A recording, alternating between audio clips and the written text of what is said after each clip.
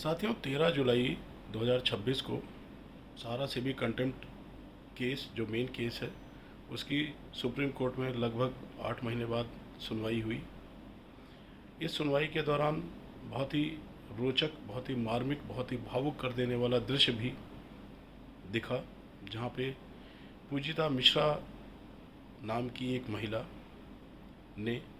15 साल से इस केस में लगातार जो लड़ रही हैं न्याय के लिए, उन्होंने अपनी वेदना,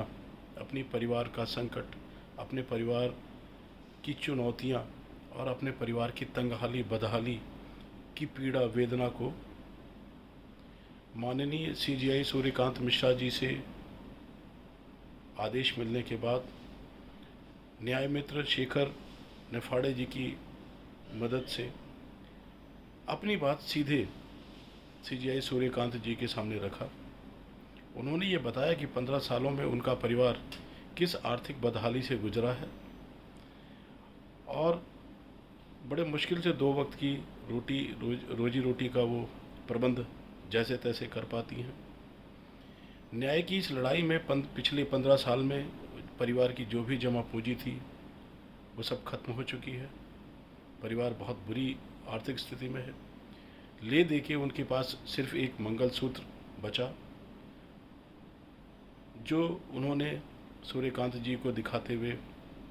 कहा कि किसी भी तरह से मेरे इस केस की सुनवाई कर ली जाए,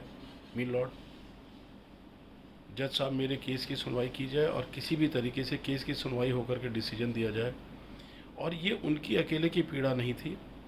ये जितने भी सहारा के कर्मचारी हैं, जिनको सहारा ने या तो निकाल दिया या उन्होंने रिज़ाइन किया या उनको रिज़ाइन करना पड़ा, जो भी स्थिति हो, सबकी ये हालत है।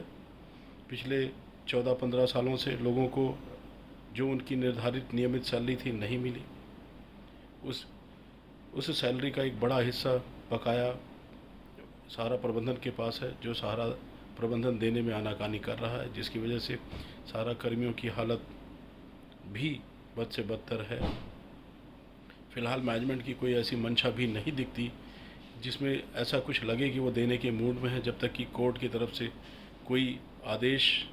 ना पारित हो जो उनके लिए बंधनकारी हो। तो इस दृश्य को देखने के बाद सूर्यकांत जी ने महिला को ढांढस दिखाया, सांत्वना दी और ये विश्वास दिलाया कि उनके साथ न्याय होगा। और उन्होंने इस पूरे सहारा प्रकरण के से जुड़े मामले और जितनी भी आईएज हैं, जो लगभग 416 की संख्या में हैं, को एक विशेष बेंच गठित करके सुनवाई करने का निर्देश भी दिया। और ये विशेष बेंच आगामी 20 जुलाई से अपनी सुनवाई का कार्य भी शुरू कर देगी। और इस सुनवाई में भी उन्होंने ये कहा कि कर्मचारियों के हित से जुड़े जो मामले हैं, जो आईएज हैं, जो केसेस हैं, उनको प्राथमिकता के आधार पर सुनकर उसका निस्तारण किया जाएगा। और इसमें बहुत अच्छा सुंदर कार्य किया है एमिकस क्यूरे या न्याय मित्र शेखर नेफाड़े जी ने। जितने भी केसेस उनके पास आए, उनको उनकी प्रकृति के अनुसार 6 अलग अलग वर्गों में वर्गीकृत कर दिया है। और कोर्ट भी उसी हिसाब, जो स्पेशल बेंच है वो भी उसी हिसाब से एक एक मामलों की सुनवाई उनकी क्लासिफिकेशन के और नेचर के हिसाब से करेगी। और ये एक अच्छा, एक सकारात्मक संकेत है,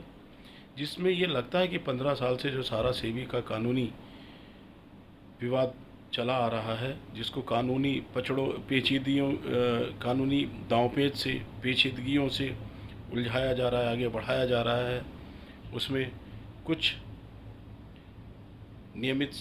आगे कुछ समय में न्याय मिलेगा। ऐसा लगता है, देखने में समझ में आता है कि शायद अब ये पूरा मामला अपने अंत की ओर आगे बढ़ रहा है और इसमें न्याय मिलने की उम्मीद तो ज़रूर जगी है। तो 13/7/2026 के माननीय सुप्रीम कोर्ट की सुनवाई से लोगों के बीच में ये एक आशा और उम्मीद की किरण तो ज़रूर बनी है। अब ये देखना होगा कि 20 जुलाई से स्पेशल बेंच कितनी फ्रीक्वेंटली इन सब केसेस को सुनना चालू करती है, डे टू बेसिस पे इसकी हियरिंग होती है, इसमें कितना समय लगता है और अंततः जिसका सभी को बेसब्री से इंतज़ार है, इन केसेस का क्या डिसीजन आता है और उसका निवेशकों के ऊपर, कर्मचारियों के ऊपर और जो स्टेक होल्डर्स हैं, जैसे कुछ प्रॉपर्टी के क्लेमेंट्स हैं, कुछ और जो गवर्नमेंट एजेंसीज़ या उनकी बैंक के अपने लोन हैं, क्रेडिटर जो क्रेडिट्स हैं, उन सबको क्या लाभ मिलता है और क्या डिसीजन होता है।